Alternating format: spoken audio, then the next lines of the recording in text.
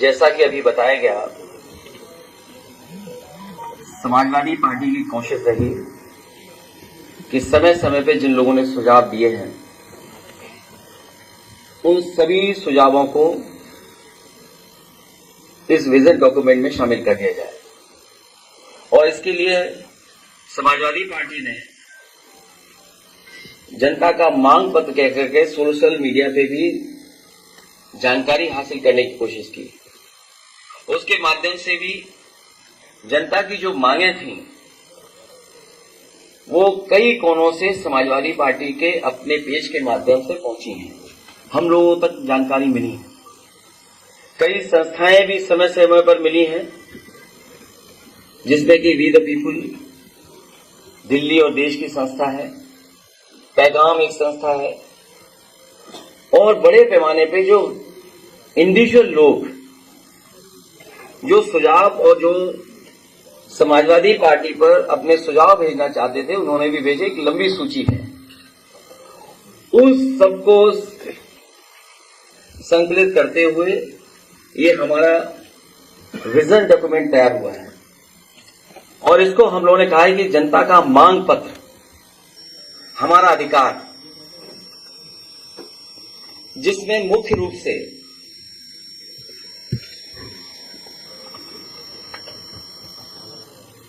क्योंकि मैं बहुत डिटेल में नहीं जाऊंगा क्योंकि ये विजन डॉक्यूमेंट है, इसलिए जो मुख्य रूप से बातें रखी है इसके अंदर,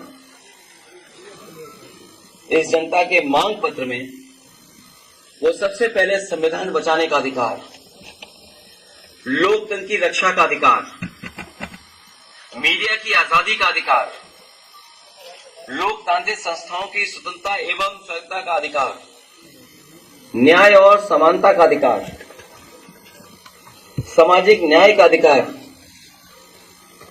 और जहां सामाजिक न्याय के अधिकार की जब हम बात करें तो वो देश के विकास के लिए जरूरी है, देश की खुशहाली के लिए जरूरी है, सबको साथ लेकर के चलने के लिए जरूरी है। और जब हम इंक्लूसिव डेवलपमेंट की बात करें तो सामाजिक न्याय के बिना इंक्लूसिव डेवलपमेंट कैसा है। इसलिए देश के विकास की धुरी है जाति जनगणना, जो जरूरी है। रोटी का अधिकार, महंगाई से निजात पाने का अधिकार, गरीबी से बाहर निकालने का अधिकार, सुरक्षित वातावरण में जीने का अधिकार, जातिवादी टिप्पणी से मुक्ति का अधिकार, गड्ढे मुक्त सड़कों पर चलने का अधिकार, 24 घंटे बिजली की आपूर्ति पाने का अधिकार, गरीब को भी उच्च श्रेणी की शिक्षा पाने का अधिकार हो, बेहतर स्वास्थ्य सेवा पाने का अधिकार, बेहतर सार्वजनिक परिवहन पाने का अधिकार, खेल प्रतिभाओं को निखारने के लिए आवश्यक संसाधन पाने का अधिकार, सुविधा से एफआईआर दर्ज कराने का अधिकार। और जहां सामाजिक न्याय की बात कही गई है, वहीं ये विजन डॉक्यूमेंट इस बात को कहता है कि जाति जनगणना में देर नहीं होनी चाहिए। इसके लिए 2025 तक जाति आधारित जनगणना कराएंगे। इसके आधार पर 2029 तक सबको न्याय एवं हिस्सेदारी सुनिश्चित की जा सके। किसान कल्याण को लेकर के दुग्ध सहित सभी फसलों के लिए एमएसपी की गणना स्वामीनाथन फार्मूले के तहत हो, और जो फार्मूला दिया गया है C2 उसी के तहत किसानों को एमएसपी मिले। इसके अधिकार की बात ये विजन डॉक्यूमेंट करता है। इस देश के किसानों ने बहुत आंदोलन चलाया, पंजाब, हरियाणा, उत्तर प्रदेश या देश के कोने कोने से आए हुए किसानों ने समय समय पर सरकार से एमएसपी की मांग की, लेकिन सरकार ने हमेशा उन्हें अपनी ताकत से वापस करने का काम किया। समाजवादी पार्टी इस बात को मानती है कि किसानों को एमएसपी दिया जाए, बिना एमएसपी के उनकी खुशहाली के रास्ते बनाना संभव नहीं है। इसके लिए कानूनी गारंटी के रूप में सभी किसानों का एमएसपी उपलब्ध कराने का काम समाजवादी सरकार या समाजवादी लोग जब कभी सरकार में होंगे उसको लेकर के करेंगे। युवा और रोजगार, इधर जो देश के आंकड़े आ रहे हैं, बड़े पैमाने पर बेरोजगारी बढ़ी है। आंकड़े तो 80% से ऊपर बताते हैं, लेकिन जब गांव में हम लोग जाते हैं तो देखने को मिलता है कि 90% से ज्यादा नौजवान के हाथ में न रोजगार है न नौकरी है। देश जो इतना बड़ा है, संसाधन की कोई कमी नहीं, लेकिन उसके बावजूद भी इतने बड़े पैमाने पर बेरोजगारी किसी ने नहीं देखी। और फिर उत्तर प्रदेश का हाल तो और आगे है। ये सरकार क्योंकि आरक्षण नहीं देना चाहती इसलिए नौकरी नहीं देना चाहती और जानबूझ करके पेपर लीक करा रही है सरकार। जितने भी पेपर हुए हैं, एक दो नहीं, लगभग 9-10 ऐसी परीक्षाएं जिनके पेपर लीक हुए हैं। और जो पेपर लीक भी हुए हैं वो वहां पर हुए जहां पर बीजेपी की सरकारें हैं, और जो लीक करने वाले लोग हैं वो भी बीजेपी के शामिल लोग हैं। इसलिए भारतीय जनता पार्टी ने जानबूझ करके पेपर लीक कराए उत्तर प्रदेश में, जिससे नौजवानों को नौकरी और रोजगार न देना पड़े। आटा और डेटा का अधिकार, अभी जो राशन मिल रहा है, जो गरीबों तक राशन पहुंचाया जा रहा है, न वो पौष्टिक है न उसकी क्वालिटी है कोई। गरीबों को केवल राशन इसलिए उपलब्ध करा दे रहे हैं कि बस उन्हें भोजन मिल जाए, लेकिन जब तक पौष्टिक भोजन नहीं मिलेगा तब तक उनका स्वास्थ्य बेहतर नहीं हो सकता, वो सोच और समझ भी नहीं अच्छी हो सकती है। इसलिए आटा और डाटा का अधिकार की बात इसमें हम लोग कर रहे हैं। निःशुल्क शिक्षा का अधिकार सुनिश्चित करेंगे।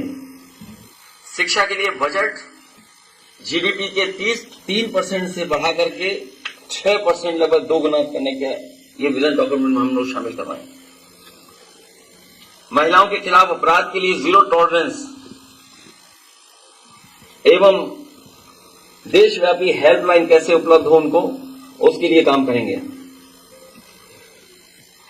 उत्तर प्रदेश का जब चुनाव था उस समय समाजवादी पार्टी ने इस बात को माना था कि ओल्ड पेंशन स्कीम को लागू किया जाए।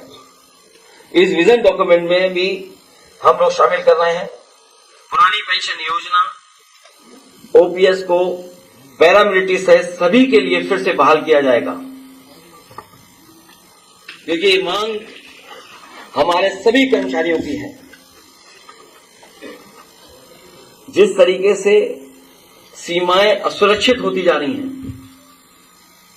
और समय समय पर अखबारों के माध्यम से कुछ और माध्यमों से जो जानकारी मिलती है, भारत का कुछ हिस्से में बहुत ज्यादा सीमाएं सिकुड़ रही हैं और इस सरकार ने जानबूझ करके अग्निवीर लाने का काम किया है। और अग्निवीर व्यवस्था इसलिए लाई है सरकार क्योंकि जो हमारे गांव के परिवारों के बच्चे जो चले जाते थे, उनकी आर्थिक और सामाजिक दोनों पहलुओं पे उनकी तरक्की हो जाती थी, खुशहाली आ जाती थी, उन्हें सम्मान मिलने लगता था। आर्थिक रूप से वो थोड़े बहुत खुशहाल हो जाते थे, उनकी अगली पीढ़ी अच्छा पढ़ लिख लेती थी, नौकरी अच्छी पा लेती थी। इसलिए जानबूझ करके गांव गरीब के बच्चे पढ़ ना पाए, आगे न बढ़ पाए, ये अग्निवीर व्यवस्था लाने का काम किया है। इस विजन डॉक्यूमेंट में समाजवादी पार्टी और हम सब का मानना है अग्निवीर नीति को समाप्त किया जाएगा। सशस्त्र बलों में नियमित भर्ती एक बार फिर से शुरू की जाने का काम होगा।